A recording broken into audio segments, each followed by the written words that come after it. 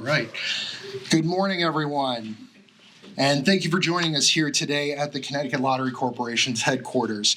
We're grateful to have so many partners, guests, and members of the press here with us for this important moment. My name is Javon Vital, and I'm the Director of Corporate Communications and Public Affairs here at the Connecticut Lottery. Now, today's event marks an important step in the Connecticut Citizens Assembly process, a transparent public drawing to determine the final assembly group from among pre-established demographically balanced groups prepared by the project partners. For CLC, this is a meaningful opportunity to support a public process that's rooted in trust, fairness, and civic participation. The lottery's role here today is focused to carry out the drawing process with the same care, discipline, and integrity that guide our own daily draw operations. Now, I do need to note, just on a security standpoint, that because today's drawing is being conducted using official live lottery equipment and official lottery drawing balls, we will be following the strict procedures and protocols for this process today. And we would ask that our guests please ensure that you remain on the audience side of this rope at all times, just to ensure the safety and integrity of the machines. We will begin today's program with remarks from Connecticut Lottery President and CEO Frank Suarez, followed by Joe DeLong, Executive Director of the Connecticut Conference of Municipalities, and then our State Controller, Sean Scanlon. We will then conduct the live drawing process and close out today's program with remarks from Professor Michael Morell of UConn's Political Science Department. Go Huskies. At the conclusion of our formal program, working members of the press may conduct one-on-one follow-up interviews in another part of the room. And with that, I'm pleased to welcome Connecticut Lottery President and CEO, Frank Suarez. Frank. Thank you, Javon. Good morning, everyone. I just want to extend, on behalf of the Connecticut Lottery Corporation, a very warm welcome to State Comptroller Sean Scanlon, CCM Executive Director Joe DeLong, our partners, and all of our guests that are here joining us today. We're very, very grateful to have you here with us. Now, conducting drawings is a core part of what we do here at the Connecticut Lottery. Our drawings are guided by principles of fairness, integrity, transparency, and security. And public trust is an essential part, or is definitely very essential for our mission. It provides the foundation for us to be able to generate hundreds of millions of dollars in funds for the benefit of Connecticut residents every year. Now, earning that public trust involves consistent processes, rigorous controls, and also the professionals here at the Connecticut Lottery who work alongside our partners at the Department of Consumer Protection to ensure that every drawing is conducted properly and securely. Now, that work behind a drawing starts well before the first number is selected. It involves planning, establishing procedures, and careful oversight of every stage of the process. And that's the role that we've been asked to do today, is to bring that same discipline and expertise and commitment to integrity that guide our drawing operations to this public selection process for the people of Connecticut. Now, we are honored to take part in this initiative and proud to contribute to a process that reflects the values of accountability, transparency, and public confidence. Just want to say thank you for giving us the opportunity to participate, and thank you to everyone that is here today.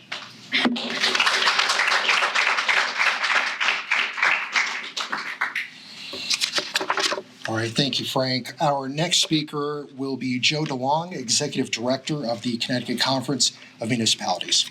Joe. Thank you. These may be some of the briefest remarks that I've ever made at a press event, in part because I'm so excited to get to this. This is a great day for democracy in Connecticut. To do something here that has been tried in other countries, that's been dabbled with in the U.S., but I dare say never done on a statewide level in the United States of this magnitude, and certainly never done with an issue in mind that is important to all of the citizens of Connecticut than what this issue on property taxes certainly is. My remarks today are very simple. I just want to extend my gratitude to the Connecticut Lottery. One of the most important parts of this process, has been said by both speakers before me, is the integrity of the process. And there is no greater way to protect the integrity of the process or the integrity of the draw than to have the professionals of the Connecticut Lottery do it. And anybody who's watching this or who watches this and thinks that this is a simple process, that the lottery just does these types of things and they show up and they drop some balls in a bin and they draw one, I can assure you that is not the case. This is a very secure process, done much the same as when a Powerball or anything else is drawn. And they take this work very seriously, and it's not their core mission, frankly. When we reached out to the lottery and said, are you willing to do this? They could have said, we really don't have the capacity, or we really don't have the time.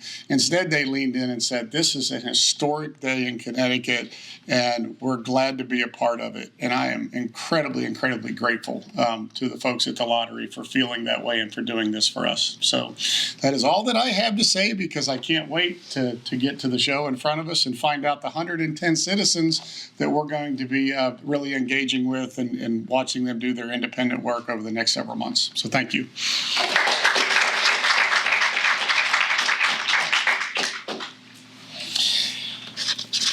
Thank you, Joe. Our next speaker will be Sean Scanlon, the Connecticut State Controller, to tell us a little more about what we're about to witness. Sean.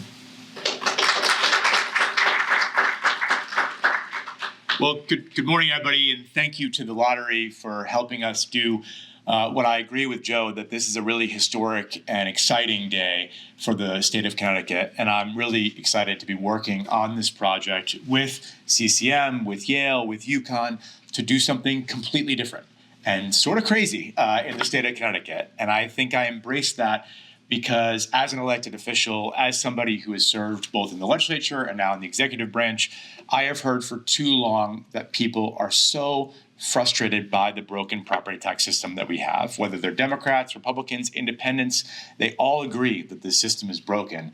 But unfortunately, my colleagues in government all think that solving it is too hard. And why I think you've seen a lot of different efforts fail in the past is because people were afraid that the public wouldn't have their back if they took the difficult decision to try to fix this. I think what this is all about is showing my colleagues in government that there is a way to do it. And the best way that we can always find a path forward, in my mind, is just to listen to ordinary people. And as we come up on the really big anniversary of 250 years of this country, there's never been a better time for us to step back and go back to our roots and think about the fact that this country was founded because of people got together from very different parts of what was not even a country, from different walks of life, different backgrounds. They got into a room and they figured it out. And these 110 people that we're about to select are going to do the exact same thing. It might not be the cleanest process. It's going to be a little bit crazy, but I've never been more excited to do something than I am to do this project, because I think it's the truest form of small d democracy. And there's never been a time, like I said, that we should engage in that then as we celebrate 250 years of this incredible country and celebrate the spirit of the fact that this is one of the few places in the world where people from different walks of life can still come together and solve these problems and have the power equal to a governor or a legislator or a comptroller or even a president of this country. And I think that that's something that's really special. Last thing I'd say is to join Joe in thanking the lottery. Since we launched this project, one of the coolest things for me has been the number of people who have called me and emailed me and say, get me in. And I say, listen, I have no say in that whatsoever. This is a totally randomized thing. And I think what you're seeing today is complete proof of that, right? And what I hope that does is it lends the credibility that we believe this project has based on the transparent process that we're doing today. This is not something where Joe and I have sat in a room together and picked different people. That is not the case at all. This is a completely random drawing. Who gets selected today are going to be people from all different towns in the state, all different walks of life. And I think that that's what makes this project so incredibly special and so incredibly important. And I just look forward to keeping the people of Connecticut updated as we go through this process to know where we stand. But I'm more excited than anything to work with these 110 people to change Connecticut for the better, to solve what has been an insolvable problem in our state for far too long, and to make this state better for our kids and grandkids. At the end of the day, that's the most important job we all have in our lives, whether you're a plumber or a politician. And I'm just excited to get to work with these folks. So thank you all today, and I'm excited to see what number gets picked.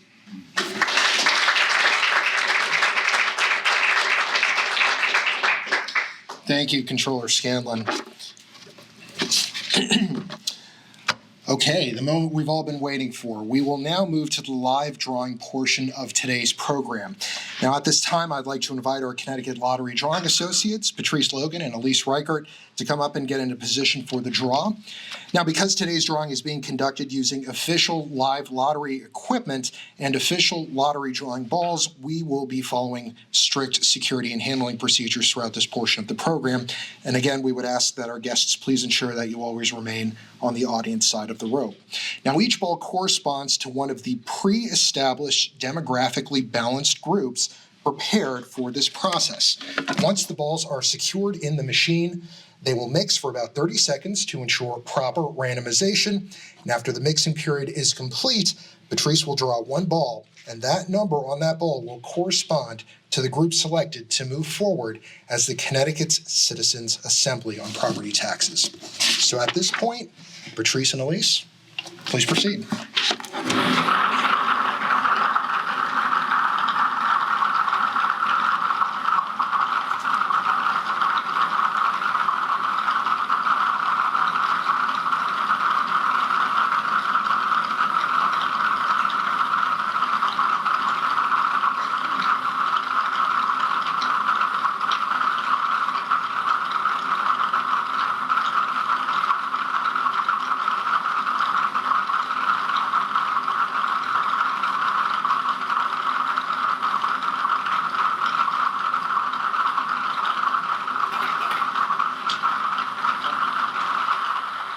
Number is 29.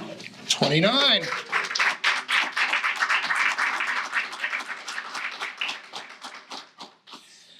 Patrice and Elise, thank you so much, and congratulations to the selected group, number 29. At this time, to find out a little more about the context and the importance of what we just witnessed, I would like to invite Professor Michael Morell with the University of Connecticut Political Science Department to tell us more about next steps in this process. Professor?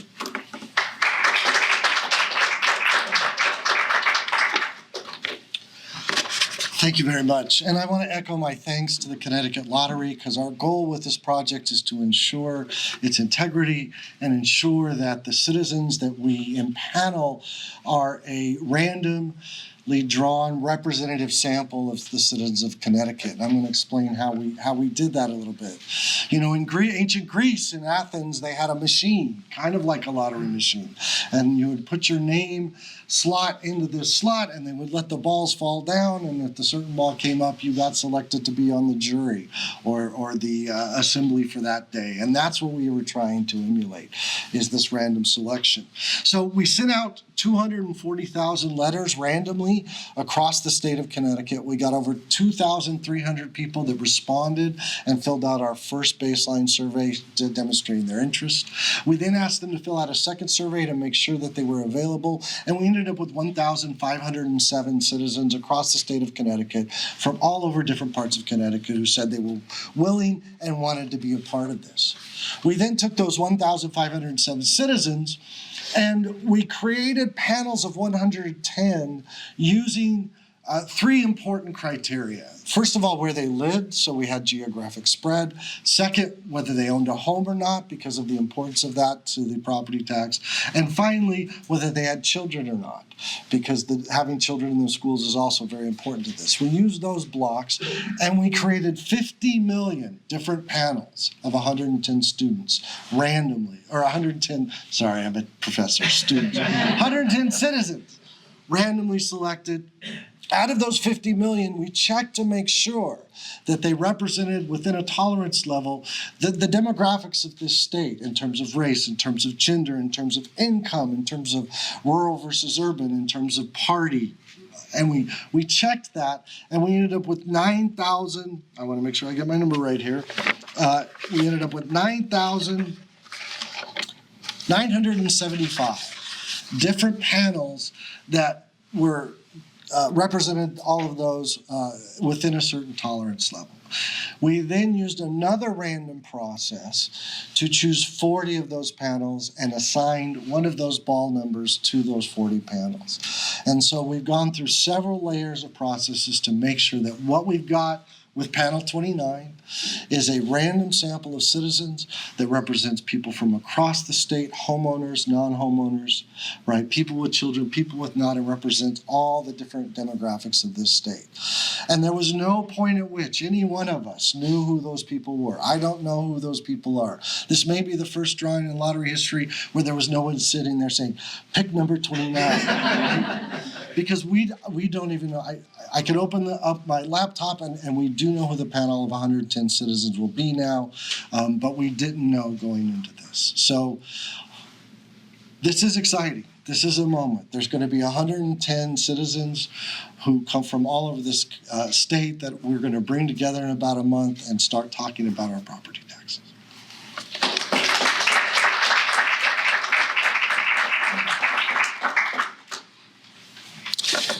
Professor, thank you very much for that context. That concludes today's formal program. And on behalf of the Connecticut Lottery and the Connecticut Citizens Assembly Partnership, thank you to everyone who helped make today's event possible. And thank you again to our guests and to members of the press who've joined us today. Again, if you'd like a closer look at the machine, a reminder, please ensure that you remain on the audience side of the rope. And for working members of the press, we'll have one-on-one opportunities elsewhere in the room. But for everybody, thank you again. Congratulations to group number 29. Thank you for your time, and have a wonderful day, everybody.